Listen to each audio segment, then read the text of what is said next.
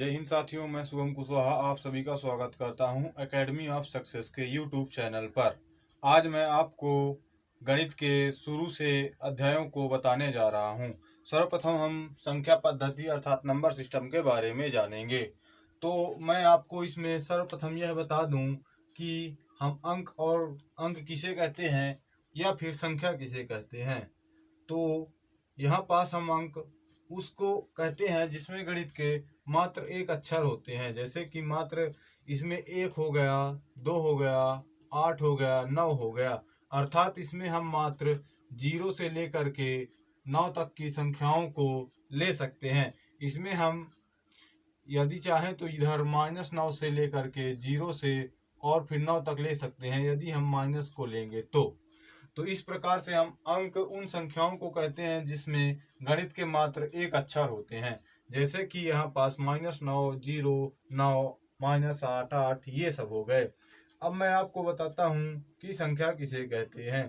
तो जैसे यदि हम संख्या के बारे में बात करें तो संख्या हम उन उन गणित के उन अंकों को कहते हैं या फिर उन शब्दों को कहते हैं जिसमें एक से अधिक अंक होते हैं, अर्थात एक से अधिक अक्षर होते हैं।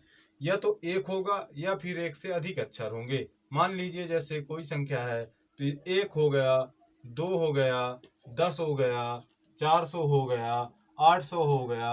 इस प्रकार से ये सभी संख्याएं हैं। अर्थात गणित में आने वाली सभी अंकों या संख्याओं को हम संख्या कहते हैं। अर्थात यदि हम कहें तो गणित के अंदर जितने भी अक्षर होते हैं, चाहे उसमें 1 अंक हो या 2 अंक हो या फिर कितने भी अंक हों, तो इसको हम कह सकते हैं कि माइनस अनंत से 0 और उसके बाद अनंत तक, इसमें इसके बीच जितनी संख्याएं आएंगी उन्हें हम संख्या कहते हैं। तो अंक में ध्यान रखना है दोस्तों कि केवल एक ही अक्षर होता है और संख्या में एक या एक से अधिक भी अक्षर हो सकते हैं। तो इस प्रकार से अंक और संख्या को समझना बहुत ही जरूरी है। आपको यह परिभाषा ध्यान होनी चाहिए, क्योंकि यदि आप प्रश्न करने जाते हैं तो प्रश्न में यदि अंक लिखा है उसमें आप संख्या वाली परिभाषा लगाते हैं तो आपको प्रश्न हल करने में कठिनाई होगी और हो सकता है कि आपका उत्तर भी न आए। तो इसीलिए आपको यह जानना अति आवश्यक हो जाता है कि अंक और संख्या क्या होते हैं। जैसे कि काफी बच्चों को यह नहीं पता होता है कि हम अंक किसे कहते हैं और संख्या किसे कहते हैं। तो अभी मैंने आपको बताया कि अंक और संख्या किसे कहते हैं। अब यदि हम संख्या की ओर रुख करें तो यदि हम देखें तो संख्या हमारे पास 2 प्रकार की होती है। जी हाँ दोस्तों, संख्या 2 प्रकार की होती है जिसको हम पढ़ेंगे। तो एक संख्या होती है जिसे हम वास्तविक संख्या कहते हैं और दूसरी संख्या होती है जिसे हम काल्पनिक संख्या कहते हैं।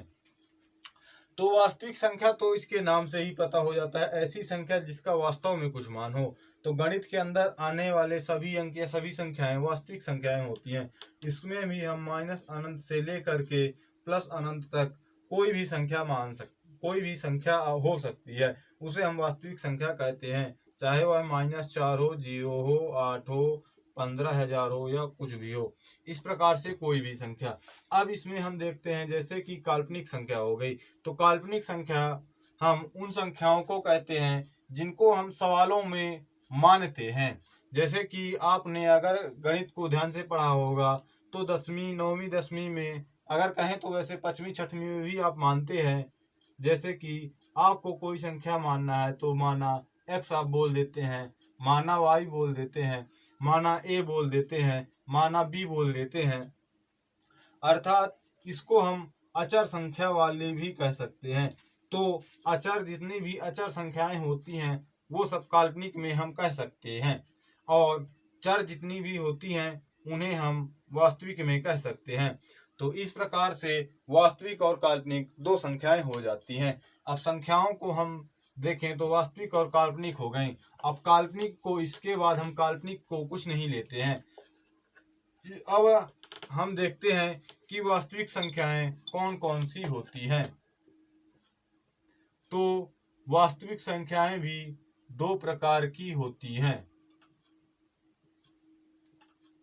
इसमें सर्वप्रथम हमारे पास परिमेय संख्या होती है और उसके बाद अपरिमेय संख्या होती है।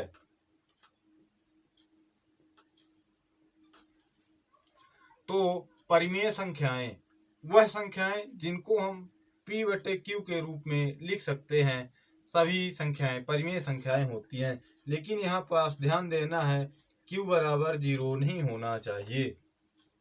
अब यदि हम अपरिमेय संख्याएं की बात करें तो ऐसी संख्याएं जिन्हें हम p बटे q के रूप में नहीं लिखते हैं वो सब अपरिमेय संख्याएं होती हैं, इन्हें हम अपरिमेय संख्याएं कहते हैं। लेकिन यदि हम ध्यान दें तो अपरिमेय संख्याओं को हम परिमेय संख्या में परिवर्तित कर सकते हैं, क्योंकि 22/7 का मान पाई का मान हमें ज्ञात है कि 22/7 होता है। तो इस प्रकार से परिमेय संख्याएं p बटे q के रूप में होती हैं और अपरिमेय संख्याएं p बटे q के रूप में नहीं होती हैं। तो आप यहाँ पास देख सकते हैं कि परिमेय और अपरिमेय संख्याएं, वास्तविक संख्याएं दो प्रकार की हो गई, परिमेय संख्याएं और अपरिमेय संख्याएं। अब यदि हम बात करें कि परिमेय संख्याएं कितने प्रकार की होती हैं, तो परिमेय संख्याएं में बहुत सारी संख्याएं आ जाती हैं।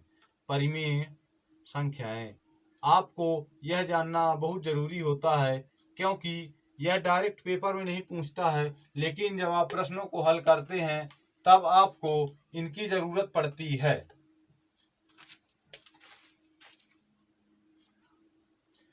जैसे कि यदि मैं बात करूं परिमेय संख्याओं की, तो परिमेय संख्याएं हम देख सकते हैं कि हम यहाँ पास 9 प्रकार के लिखे हैं।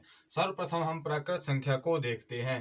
तो प्राकृत संख्या वह संख्याएं जो कि 1 से लेकर के अनंत के बीच होती हैं, अर्थात तो कोई भी संख्या जो कि 1 से लेकर के अनंत के बीच हो सकती है उसे हम प्राकृत संख्या कहते हैं। मान लीजिए जैसे कि 2 है, 6 है, 8 है या फिर कुछ भी है। इस प्रकार से कोई भी ऐसी संख्या जो कि 1 और अनंत के बीच में आती है उसे हम प्राकृत संख्या कहते हैं। इसे हम इंग्लिश में नेचुरल कहते हैं, नेचुरल नंबर्स कहते हैं, और इसे n से प्रदर्शित किया जाता है। तो आपको परीक्षा में जब इस प्रकार से आता है तो आपको परीक्षा में यह नहीं पूछता है कि प्राकृत संख्या कौन सी है, लेकिन आपको जब प्रश्न देता है, जैसे कि औसत में प्रश्न देगा कि प्रथम 10 प्राकृत संख्याओं का औसत निकालिए, तो आपको यह ज्ञात होना चाहिए कि हम प्राकृत संख्या कहाँ से चालू करते हैं, तो उनका औसत हम किस प्रकार से निकाल सकते हैं।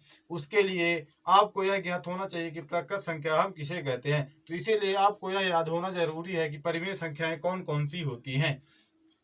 जैसे कि प्राकृत संख्या तो हो गया। यदि आपसे पूछता है कि 0 प्राकृत संख्या है या नहीं, तो आपको उत्तर देना होगा कि 0 प्राकृत संख्या नहीं है, क्योंकि प्राकृत संख्या वह होती है जो कि 1 से अनंत तक के मध्य में होती है। इसे हम इंग्लिश में इन्फिनिटी कहते हैं और हिंदी में अनंत कहते हैं। अनंत अर्थात जिसकी कोई सीमा नहीं होती है। अब यदि पूर्ण संख्या की बात करें तो पूर्ण संख्या को हम इंग्लिश में होल नंबर्स कहते हैं। पूर्ण संख्या वह संख्याएं जो कि 0 से शुरू होकर के अनंत तक जाती हैं उन्हें हम पूर्ण संख्याएं कहते हैं। अर्थात इसे हम 0 से लेकर के अनंत तक की संख्याओं के मध्य जो भी संख्याएं आती हैं उसे हम पूर्ण संख्याएं कहते हैं। इसे हम W से प्रदर्शित करते हैं। इसी प्रकार यदि पूर्णांक संख्याओं की बात करें तो पूर्णांक संख्याएं गणित में आने वाली सभी संख्याएं पूर्णांक संख्याएं होती हैं।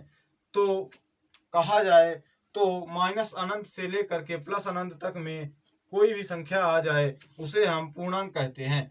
अब यदि हमसे पूछा जाता है कि बताइए इन चारों में से कौन सी ऐसी संख्या है जो कि पूर्ण संख्या नहीं है, तो यहाँ पास हमें ध्यान देना होगा कि हमको 0 से लेकर के अनंत के मध्य कोई भी संख्या आती है उसे हम पूर्ण संख्या कहते हैं। लेकिन जो माइनस होता है वह 0 से पहले आता है, तो इसलिए हम यहाँ पास -6 को यह कहेंगे कि यह पूर्ण संख्या नहीं है। इसके लिए हम इस प्रकार से दर्शाते हैं।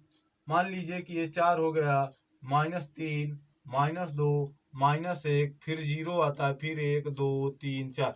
इस प्रकार से हमारी संख्याएं होती हैं। अर्थात माइनस वाली सभी संख्याएं 0 से पहले होती हैं और प्लस वाली सभी संख्याएं 0 के बाद होती हैं।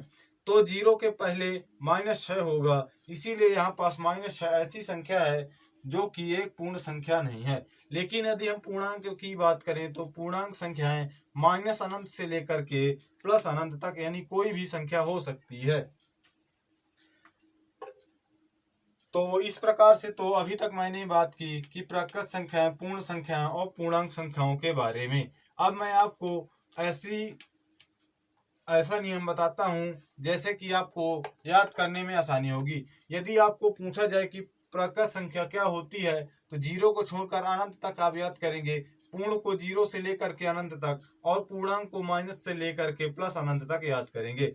लेकिन यदि बात करूं तो जीरो, एक, दो, फिर इस प्रकार से अनंत तक पूर्ण संख्याएं होती हैं। और प्राकृत की बात करूं तो एक, दो, तीन, इस प्रकार से अनंत तक होती हैं। अर्थात हम यह कह सकते हैं कि जीरो को छोड़कर जितनी भी पूर्ण संख्याएं होती हैं वो सभी प्राकृत संख्याएं होती हैं, क्योंकि नियम अनुसार ये तो सभी प्राकृत संख्याएं हैं। जीरो को छोड़कर अन्य सभी संख्याएं प्राकृत संख्याएं होती हैं। और यदि प्राकृत संख्याओं में एक से पहले हम जीरो लगा देते हैं तो उसे हम पूर्ण संख्या कहते हैं। इसी प्रकार से पूर्णांक संख्याओं की बात करें तो पूर्णांक संख्याएं गणित में आने वाली सभी संख्याएं, अर्थात हम यह कह सकते हैं कि पूर्ण और प्राकृत संख्याएं सभी पूर्णांक संख्या के अंदर होती हैं। अब बात करते हैं सम संख्या की। सम संख्या उन संख्याओं को हम कहते हैं जो कि दो से विभाजित हो जाती हैं। इसे हम इंग्लिश में इवन नंबर कहते हैं। तो इस प्रकार से इससे हम यह भी कह सकते हैं कि ऐसी संख्याएं जिनके इकाई के स्थान पर 0, 2, 4, 6 और 8, इनमें से कोई भी संख्या यदि को किसी संख्या की इकाई के अंक में है तो वह संख्या सम है। अब यदि हम विषम संख्या की बात करें तो इसे हम इंग्लिश में ऑड नंबर कहते हैं। और विषम संख्या अर्थात जिसे हम दो से विभाजित नहीं कर सकते हैं। यहाँ पास ऐसी संख्या जो कि दो से विभाज्य हो उसे हम सम संख्या कहते हैं। लेकिन जो संख्या दो से विभाज्य नहीं होती है उसे हम विषम संख्या कहते हैं। तो विषम संख्याओं के बारे में यदि हम कहें तो 1, 3, 5, 7 व 9 ऐसी संख्याएं जिनके इकाई के अंक में 1, 3, 5, 7 और 9 हो उसे हम विषम संख्या कहते हैं। इस प्रकार से आपको सम और विषम का ज्ञात हो जाता है। अब हम कहते हैं कि भाज्य संख्या कौन सी होती है। इसे हम भाज्य संख्या को इंग्लिश में हम कंपोजिट नंबर कहते हैं। तो यदि भाज्य संख्या की बात करें तो ऐसी संख्या जो कि जिसके विभाज्य करने से हमें जिसको हम 3, 2 या 2 से अधिक संख्याओं से विभाजित कर सकते हैं। अर्थात हम इसकी परिभाषा की बात करें तो ऐसी संख्या जिसको हम 2 से अधिक अंकों से या संख्याओं से विभाजित कर सके उसे हम भाज्य संख्या कहते हैं। जैसे कि यदि हम 2 की बात करें तो 2 भाज्य संख्या नहीं है, क्योंकि यदि हम 2 को विभाजित करते हैं तो यह 2 से विभाजित हो जाता है और 2 1 से विभाजित हो जाता है। तो इसमें हम देखें तो इसमें विभाजित करने के लिए हमने मात्र 2 अंकों का प्रयोग किया है, तो इसलिए हम 2 को भाज्य संख्या नहीं मानते हैं। अब हम 4 की बात करते हैं तो 4 को यदि हम विभाजित करते हैं तो 4 से, 2 से और 1 से पूर्णतः विभाजित हो जाता है। तो इसलिए 1, 2 और 3 अर्थात 4 एक ऐसी संख्या है जो कि 3 संख्याओं से विभाजित हो सकती है, इसीलिए हम इसे भाज्य संख्या कहते हैं। भाज्य संख्या हम उन संख्याओं को कहते हैं जो कि 2 से अधिक संख्याओं से विभाजित हो सकती हैं। जैसे कि यहाँ पास 4 हो गया तो 4, 2 और 1 ऐसी संख्याओं को हम भाज्य संख्या कहते हैं। यदि हम बात करें 9 की तो 9 भी यहाँ पास भाज्य संख्या होगी, क्योंकि 9 को हम 9 से विभाजित कर सकते हैं, 9 को हम 3 से विभाजित कर सकते हैं और 9 को हम 1 से विभाजित कर सकते हैं, और इस प्रकार से यह पूर्णतः विभाजित हो जाएगी। लेकिन यदि हम बात करें 7 की तो 7 जो है हमारा भाज्य संख्या नहीं है, क्योंकि 7 को हम या तो 7 से विभाजित करेंगे या फिर 1 से, और ऐसी कोई संख्या नहीं है जिससे यह पूर्णतः विभाजित हो सके। ऐसी कोई संख्या से मतलब है कि यहाँ पास हमें दशमलव लगा के विभाजित नहीं करना है, क्योंकि यदि आप देखेंगे तो यह 3.5 से पूर्णतः विभाजित हो जाएगी। लेकिन हमें दशमलव में नहीं जाना है, यहाँ पास हमें रियल नंबर्स अर्थात हमें वास्तविक संख्याओं में विभाजित करना है जो कि पूर्ण संख्या होती है। अब यदि हम अभाज्य संख्या की बात करें तो ऐसी संख्या जो कि मात्र 2 ही अंकों से विभाजित हो सके उसे हम अभाज्य संख्या कहते हैं। जैसे यदि हम बात करें 1 की तो 1 अभाज्य संख्या नहीं है, क्योंकि 1 को यदि हम विभाजित करते हैं तो यह मात्र 1 से ही विभाजित हो सकता है। परंतु यदि हम 2 की बात करें तो 2 1 और 2 दोनों से विभाजित हो सकता है, अर्थात 2 एक ऐसी संख्या है जो कि 1 और 2 अर्थात कुल 2 अंकों से विभाजित हो जाती है, 2 संख्याओं से विभाजित हो जाती है। उसे हम अभाज्य संख्या कहते हैं। यदि हम 5 की बात करें तो 5 को हम या तो 5 से या फिर 1 से पूर्णतः विभाजित कर सकते हैं। तो इस प्रकार 2, 3, 5 फिर 7, इसी प्रकार से आप ऐसी संख्याओं को ढूंढ सकते हैं जो कि मात्र 2 ही संख्या या 2 ही अंकों से विभाजित हो, उन्हें हम अभाज्य संख्या कहते हैं।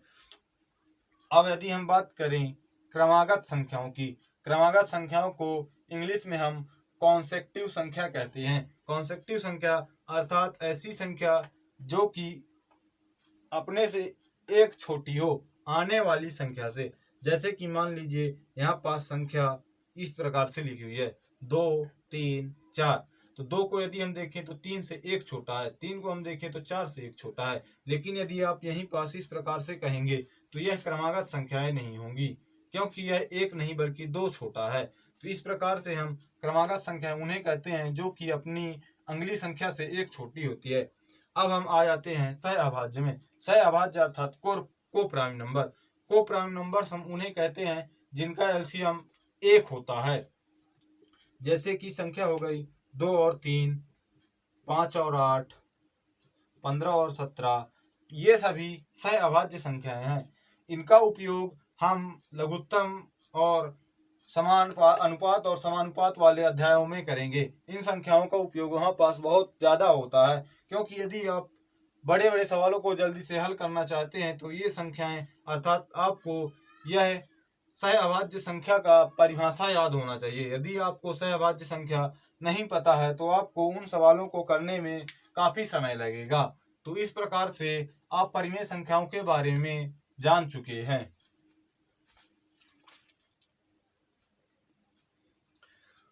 तो आज हमने पढ़ा कि संख्या जैसे कि कौन कौन सी होती हैं, और हमने पढ़ा अंक किसे कहते हैं, संख्या किसे कहते हैं, संख्याएं कितने प्रकार की होती हैं, सम संख्या, विषम संख्या। इस प्रकार से हम सभी संख्याओं के बारे में आज जान चुके हैं।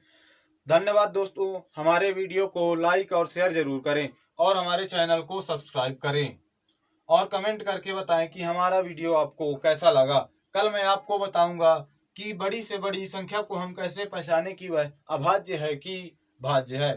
धन्यवाद।